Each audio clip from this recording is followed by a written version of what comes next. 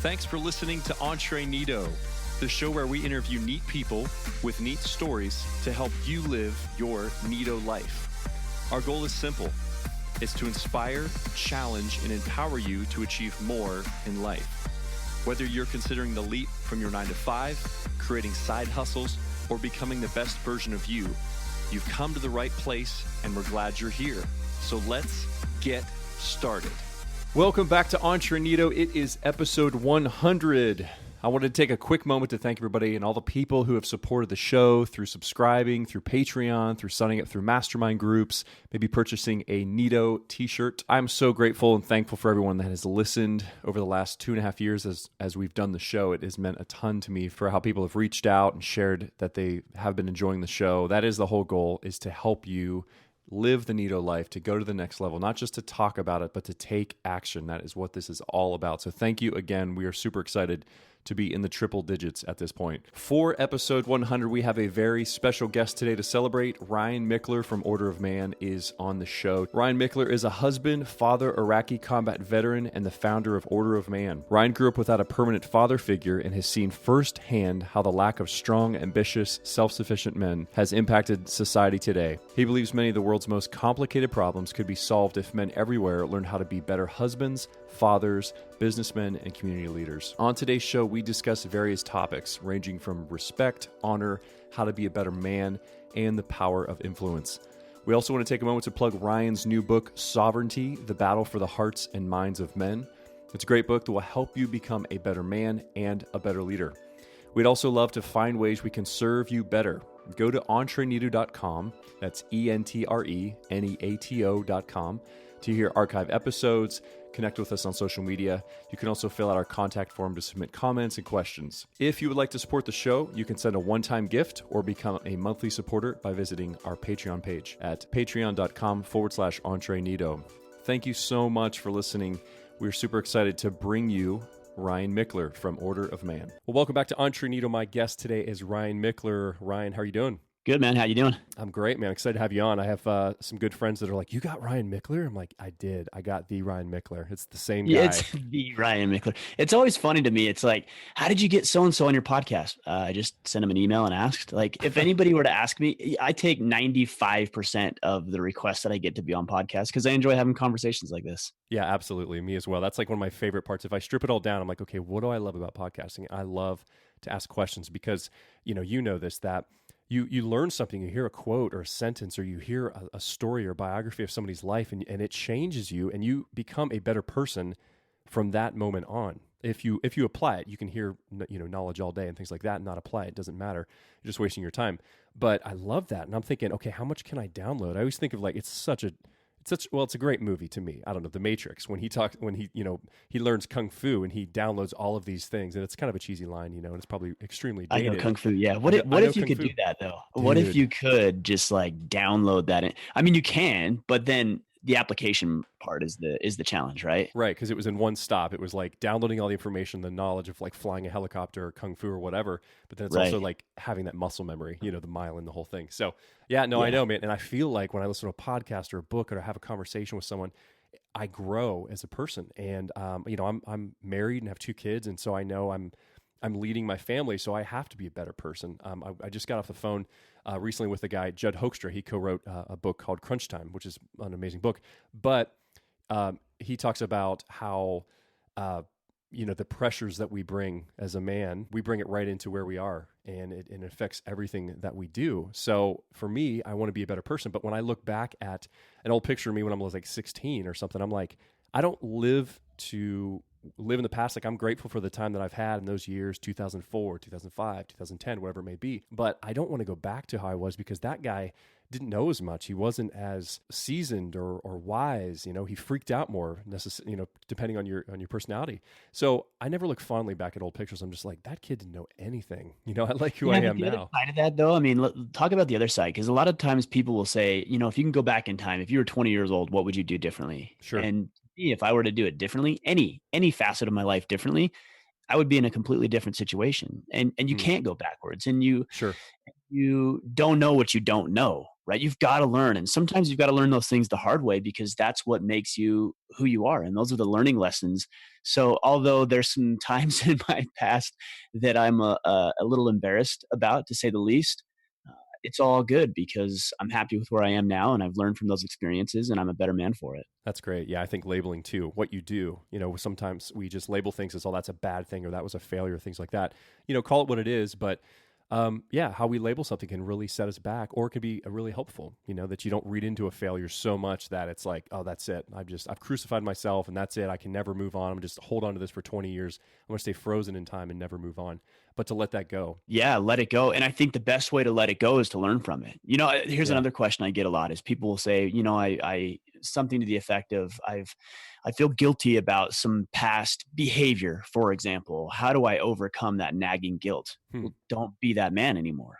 Use that opportunity, although it might have been miserable and hurtful to other people and yourself. Use it as an opportunity to grow and to expand, and then live the life worthy of that lesson.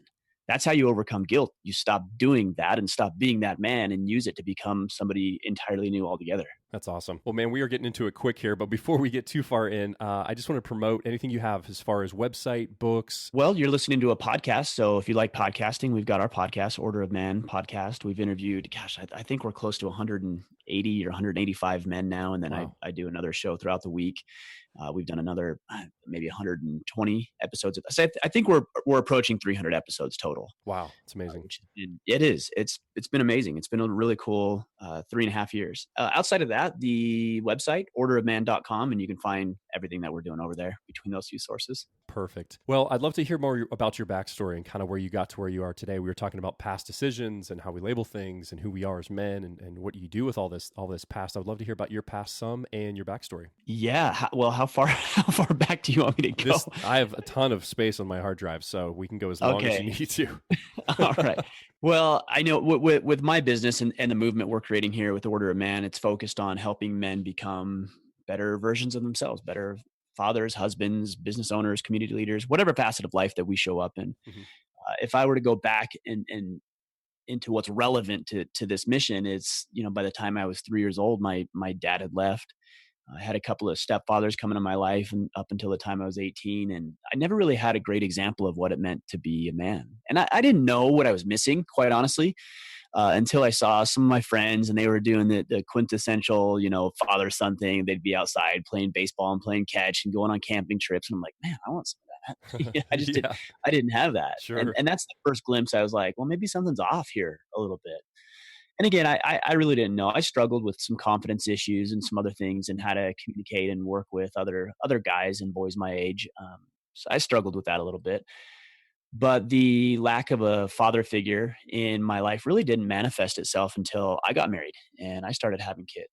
And my wife and I went through, about 4 years into our marriage, went through a pretty rough separation. And for a long time, I blamed her. How could she do this? Why was she disloyal? Why wasn't she doing the things that a quote unquote good wife should do? Why didn't she appreciate the work that I was doing? I was trying to start a financial planning practice at the time, and life was a challenge. And I think a lot of it came down to the fact that I just didn't have an example of the way that a man shows up. And it would be very easy for me to use that as an excuse to continue this downward spiral that I was in. And I did for a while, but I came to this conclusion that, maybe, just maybe, there's a part to play, that I have a part to play in the demise of our marriage up to that point. Yeah. And I remember driving down the road, and this was probably 3 months, maybe or so into our separation, and thinking, man, you know what? This marriage is probably over. And I didn't want to face that. I love this woman. I didn't want to go through a divorce, but that's the conclusion I came to. And I thought to myself, if this is over, then I'm just going to become the best catch for the next woman to come into my life. Oh, wow. And that was a defining moment for me and the rest of my life, and how life has changed and how I've become a better man over the past decade. Because I stopped focusing so much on her. I stopped focusing so much on the externals, the things that I was trying to control and manipulate and coerce and strong arm. And instead, I turned all my attention and energy inward towards myself. And we can talk about specifically what that means. But what was really fascinating about this is, as I went to work on myself, physical fitness, mental toughness, getting my financial house in order, getting the business in check, and just doing the things that I could do to control my own life. She resonated with that. And we ended up, long story short, salvaging our marriage. This year we celebrated 14 years of being married. We've got 4 kids, and the marriage is good. We have our challenges and our struggles, just like any marriage, but Sure. we're better equipped to handle those things because we've both learned to focus internally as opposed to externally. And I think that's what a lot of people do in their marriages is they focus on the other person. If only this person would change, if only this person would do this, if only this person would do that, then our marriage would be great. And yet we're so unwilling to turn that mirror around and take a look at ourselves and the one thing that we can actually control, which is the way that we show up. But when we do, it's powerful. So anyways, I started to share some of my struggles and some of the story about the separation and my struggles as a man. And it was really fascinating because the guys that I was talking with, primarily my buddies, were like, man, yeah, I went through a separation, or I'm feeling that way. Yeah, well, yeah, you're right on. This is what I've been going through as well. And I realized that, man, I've got something to share. I'm not a guru. I'm not an expert, but there are some things that I've struggled with, that I've overcome, that I know how to deal with. And if I can share this, I feel like that's going to be a powerful thing. So that was 3.5 years ago. And Wow. from the minute we launched the podcast, I mean, it really, really exploded, which is a testament to the fact that men want this information. They want to hear these stories. They want to become better fathers and husbands and community leaders, business owners. And that's my mission, to help them do that, to give them all the tools and the resources to do it. That's amazing. And what's so cool about your story is that you had a choice to make, and you could have just kept blaming and getting stuck in excuses and things like that of like, this is how it's going to be and this is how my life is. But you chose to make a change mentally and to work on yourself. And what's amazing is that because the decision you made 3.5 years ago, 4 years ago, things like that, we're all affected by it now. So one, I would say, just thank you for not quitting.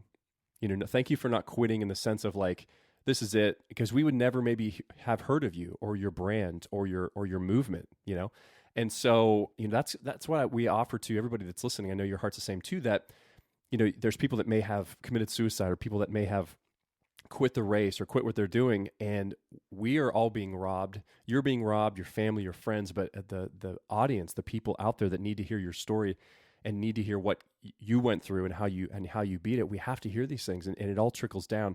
So I think too about like the role of a man and the role of a husband in the workplace, and then also just in the family unit, things like that. How important it is for men to get into the place where they're called to be, where they're supposed to be. And we live in such a PC world, that we both live in 2018, and there's all these different things coming on, and you think, well, if you're just talking about men all the time, this and that, it's a sexist podcast, or there's this and that, or this mindset. And I'm just like thinking, wait, you have to have the man be in the right place. And not that, and I know you'd say this too, that, our wives, I'll be married 19 years actually next month. And so I wouldn't be who I was without my wife, but I had to get myself right. I had to get my mindset right. I heard a quote one time, kind of a thought, that the job of the man is to initiate and the job of the woman is to respond. So I've said this many times to guys, maybe that have marital trouble or issues just in the church and things that I've been involved in, that, a guy's like, well, I'm waiting for her to clean up the house, or I'm waiting for her to do this, or I'm waiting for her to respect me, and then I'll reciprocate. And she's saying the same thing about him, and you're at this stalemate where no one's doing anything and everybody's on autopilot. This is where people, I think, because I'm going to share a couple of things and my opinion on this, and I think this is Sure. where people a lot of times feel like it comes across as sexist or misogynistic or whatever term they like to use or throw at me or Sure. you or anybody else who talks about what it means to be a man. Right. But it is our job to give. It is our job to provide. It is our job to serve. I mean, at the end of the day, when you strip everything else away, when it comes to what our responsibility as men is, it's to serve. It's to serve ourselves, of course. It's to serve our families, our communities, our businesses, every aspect of life. It's our job to provide and serve. And generally speaking, women are there in a nurturing, compassionate, empathetic, receiving role. It's not to say that it's less significant than what a man's role is necessarily, but it's different. Right. And when you can work that way in harmony with your spouse, it's a much more fulfilling way to live. I know a lot of guys who give away the masculine energy to their wives, and those marriages don't last. They never last Yeah. because the wife is expected to fill the feminine role. Mm-hmm. And now the man gives up control of the masculine role, and she's expected to fulfill that as well. And she burns out. And I Yeah. hear this all the time from guys who say, my wife isn't attracted to me anymore. There's no spark. There's no love. Yeah, that's apparent. That's obvious. You burned her out by not fulfilling your obligations and responsibilities. So It good. had to be fulfilled. It had to be met. Yep. And she took on both roles while you sat around and did whatever it is you thought you wanted to be doing. Yeah. So good. So good. Yeah. There was a season where my wife and I, probably 5-7 years ago, I would find myself, I had just a normal 9-to-5 job and hadn't started any businesses yet or anything like that. And I was tired, and I just wanted to come home and kind of check out and veg out. And so I would be like in my nicer clothes for work, and then I'd come home and then just get in like sweats, in a t-shirt every time. And I did this for probably a year. And I started to realize that like I need to like give her my best as well. Like I need to make sure my hair's done and put some cologne on and make sure I've got deodorant on. I've got like nicer clothes. Yeah, I could have I didn't need to, in quotes, wear those type of clothes around the house. And, I'm home now, so no one's going to really see me, but she's going to see me. So I need to, not go on autopilot like, well, I caught her. So anyways, I had to learn how to, just do my hair, wear cologne, wear nicer clothes, things like that. Fully throw my underwear into the laundry basket, not let it drape over the side, things like that, like little things that I'm like, I need to be better at this, because I can't just be like, okay, I'm wooing her and I want her to marry me. Okay, I've got her now. Now I'm just going to go on autopilot, just let myself go.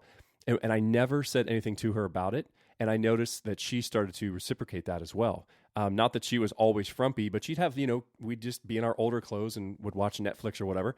And I saw her reciprocating things. I saw her even like, she's an amazing wife and an amazing mother. She would start to do extra things around the house, or would start to do little things here and there that I wanted done. And just from me doing that action first without even saying anything, she reciprocated it, which was a game changer.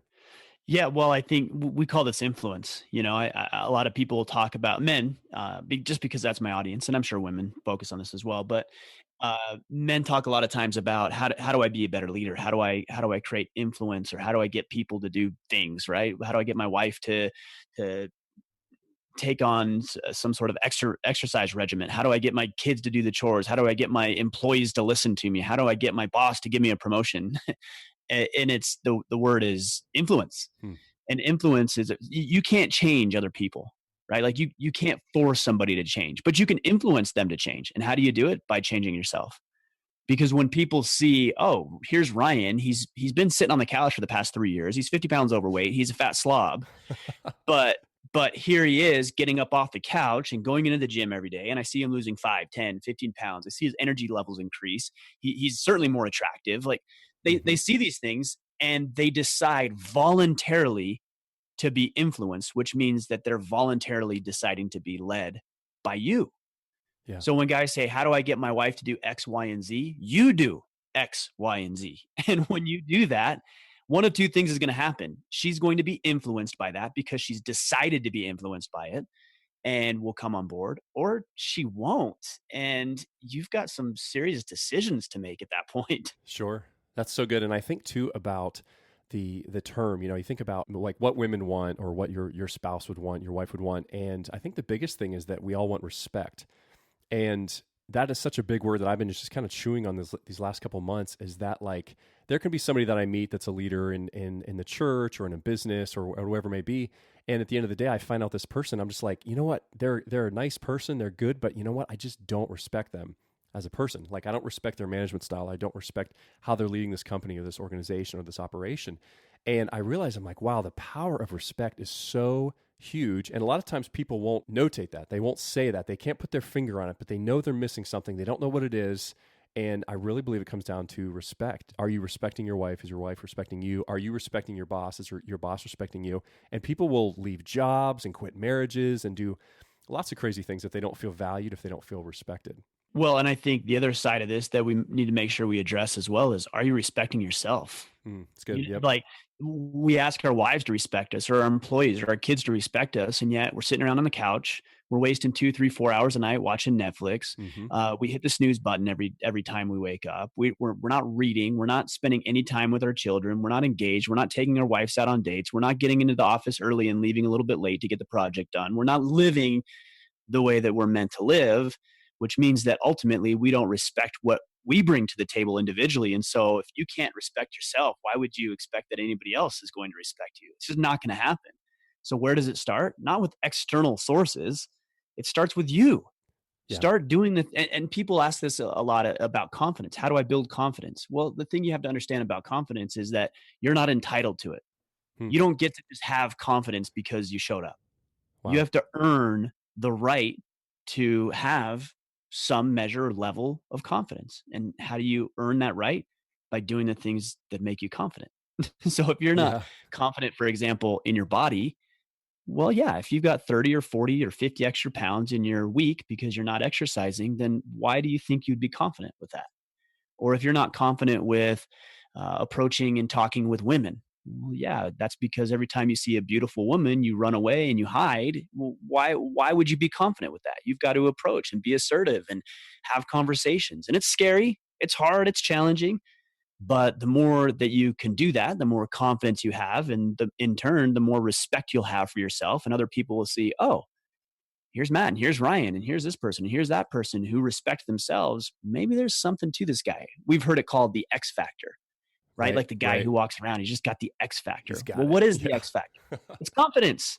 Yeah. It's not some fake display, because we see that as well. And we know what that looks like. Right. It's genuine confidence, which means that this is a man or a woman who has integrity, meaning their deeds and their actions match their words and the view they have of themselves.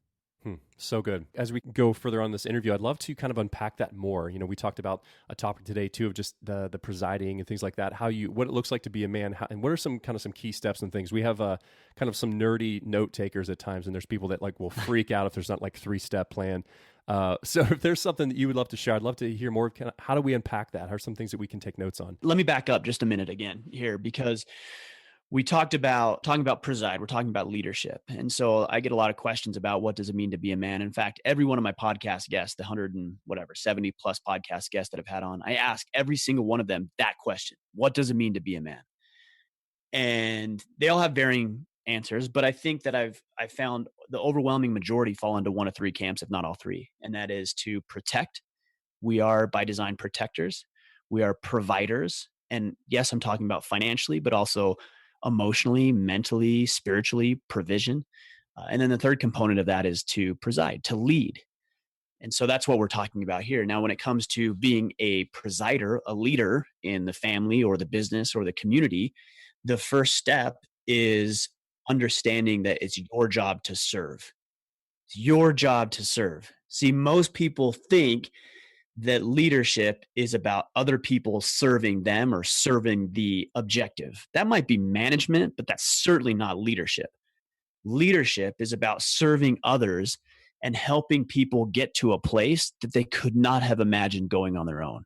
So it's your job to articulate vision, to communicate what that vision is, and then to put all the pieces in place in order to make that objective become a reality for yourself and other people.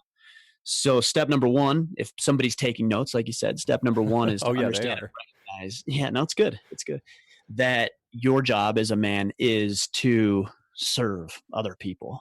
I think some other elements to this. So number one, we have the fact that you serve, right? That's your objective. Mm-hmm. Number two, I think that it's really, really important that you learn how to communicate effectively.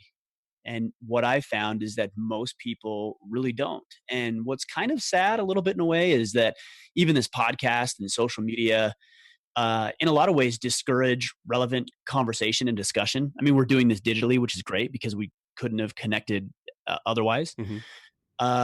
But I also think in a short 30 minutes or 40 minutes that it's very difficult to have a in-depth, significant conversation, mm-hmm. right? Right.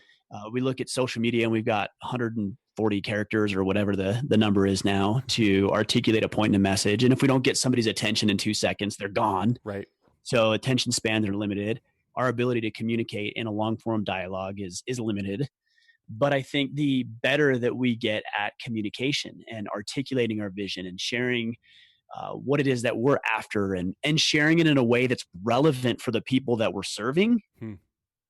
Yep. that the more that we can do that, the more successful that will be when it comes to this leadership component.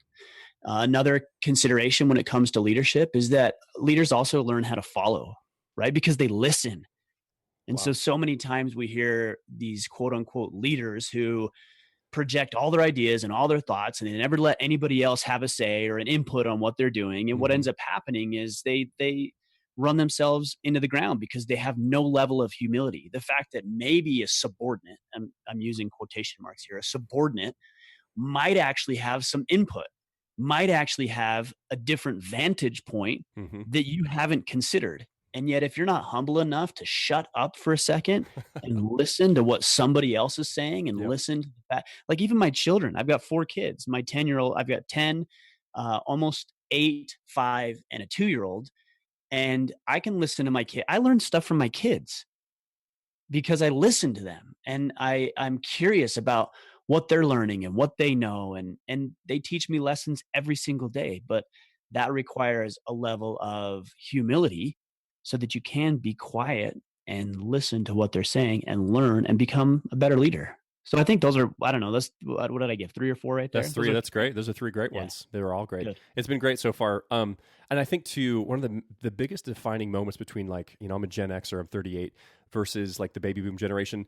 You know, I grew up with a great dad and great mom and a loving family, but you know, my dad was working a lot, and he's a great man, but he was more quiet. And so that really strikes me as far as like effective communication, like communicating effectively. I feel like nowadays, which I actually love, is that the husbands that I know and these, or, I'm sorry, the fathers that I know and how they raise their kids is like, at times they're the ones that are they're right there with mom, tucking the kids into bed, reading a bedtime story, telling their kids that they love them, and are communicating with them effectively. And I think that's one of the key components where you don't have to guess, like, does my dad love me? He hasn't told me in like 14 years, you know, or maybe my dad's not even around. I don't even know my real dad. Or you have a stepdad that's not that great, or he's hurting himself in a sense, and he's then of course hurting others. And so I love what I see, and the people that I do life with. I see these dads involved in their children's lives, and I love that. I think that's so powerful and so crucial. And they talk about they did a study one time for Mother's Day for the inmates that would write letters, and it was like this huge success for Mother's Day, where the inmates would write letters to their moms and thanking them for everything, and they love their moms. But when they tried to do it for Father's Day, it was just a failure. There was hardly any response at all, because there was this relationship, this disconnect, this breakdown between a son and a father. So when I see things like that, I'm just so moved to it. I'm thinking, okay, man, get in your place, work on yourself, you know, prove to be better, have influence, leave a legacy, and watch other people follow you to do that, you know?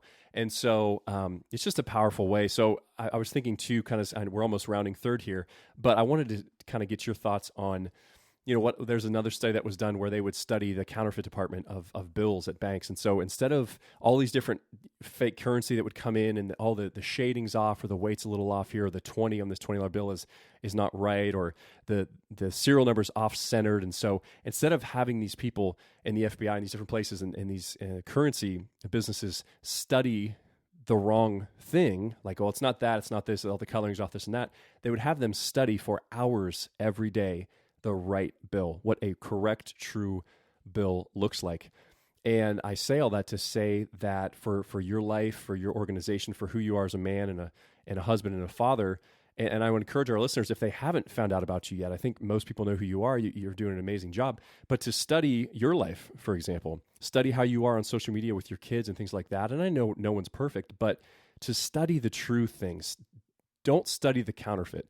Don't study something else like, well, it's not this, it's not this, it's not this, it's not this. Instead, study what is true, study what is right, study what is working and effective. So just kudos for you, for one, for not quitting, but then also being an example for other men out there, because honestly, we need it more now than ever. There are so many young men and boys and men that don't even know what's right, and they don't know what they don't know, like you said earlier in the interview, that we need more men like yourself to rise up, to stand up and say, this is how you are to be a man. This is how you are to be a protector, presider, a communicator. So just wanted to take a moment, just give you that shout out there for sure, because I do really appreciate it. Well, I appreciate that. Like you said, I mean, not everybody's perfect, and I've Sure. got a long way to go, certainly, but I am striving. I am trying to be a better father and a husband, and really step into the roles that I feel like I'm responsible for. And so, for you to say that means a lot. Thank you, man. Hey, you're welcome. So we're almost there, but I would love to hear kind of a final closing thought before we end for the day. Anything that's on your mind, anything you want to share with our audience? I think I would just reiterate what we had talked about earlier when it's more about focusing internally. A lot of people talk about wanting to change their marriage or wanting to impact the business or wanting to change the world, and all of that stuff is wonderful. Those are great aspirations. There's nothing wrong with that. But the way that we do that is by turning inwards. And I know it's counterintuitive because a lot of us think, oh, we have to go out and influence other people. No, you go out and you work on yourself, whatever that looks like for you. Maybe it's exercise, maybe it's diet, maybe it's communication, maybe it's showing more empathy, maybe it's developing and harnessing a new skill or a hobby. Whatever that looks like for you, turn it inward. Be a little bit selfish, and that's something that a lot of people won't say, but be a little selfish. Carve time out of your day every single day to do something for you that will uplift you physically, mentally, emotionally, spiritually, or all of the above. And I think you'll begin to see how by changing yourself, you will naturally and inevitably be more influential and accomplish the things that you're after. So that's what I'd leave you with. That's awesome. Thank you so much. And before we go and do guest plugs, I would love to learn more about the book. If you can give us just a brief overview. Yeah, so I wrote the book called Sovereignty: The Battle for the Hearts and Minds of Men, and I talk a lot about I talk a little bit about the external battle, the factors at work against us as men, but I didn't want it to be a book about everything that's against us and how the odds are stacked against us and everybody's out to get us. I didn't want it to be that. I wanted it to be something where we began to reclaim and take charge of our own lives. And what I found is that so many men give away all of their power to their bosses and their colleagues and their wives and their kids and the government and the companies they work with in the form of little lies and excuses and justifications and rationalizations as to why they're not accomplishing the things they want to accomplish in life. And sovereignty is about taking power back. It's about wiping away the excuses and those lies and taking full ownership of your life so that you can be powerful and have a battle plan. That's one of the things we go through in the end of the book, a battle plan, which is basically a strategy, a roadmap for excelling, for doing great things in your life. So that's a quick synopsis of what the book's about. That's great. That's awesome. And if you could just promote away, website, anything else you'd want to promote? Yeah, same thing. As I said earlier, the podcast, I think we get, like I said, 300 or so episodes now. So that's Order of Man podcast, wherever you listen to podcasts. And then the website, orderofman.com. And also the Facebook group. We do a lot in the Facebook group. I think we've got right now just under 50,000 members or so in the Facebook group. So that's facebook.com/group/Order of Man. Are you in there, Matt, in the Facebook group? I think I am. I have to check. Yeah. I mean, thousands and thousands of conversations every single day about hobbies and leadership and communication and fatherhood and being a husband and starting businesses. Whatever conversations men want to have, we're having them there. And it's a pretty powerful space to be able to have some of these discussions. Yeah, I love it. I think communication is huge. And some men, the way they're wired, they don't communicate and they just keep all that stuff in. And so it can be toxic. I mean, it can really affect your life negatively and your relationship. Well, and not only that, they also, if I can say one more thing, they also tell themselves, well, I'm just not a good communicator. And they throw up their hands and think that people are just born with it or not born with it. And certainly I think there's people who are more inclined to be better communicators than others. But if we throw up our hands every time something's a little hard or challenging, we won't accomplish much in life. So we got to be careful of saying things like, oh, I'm not a great communicator, or I'm one thing I used to tell myself a lot is I'm just not a runner. I'm not a runner. I've said that. I don't know if that's true. All of us have probably said that. And I don't know if that's entirely true. I think it's just, I don't run, or I haven't learned the skill of running as effectively as I could. So what did I do? Well, I started running 3 weeks ago and I've run every day since. So that's great.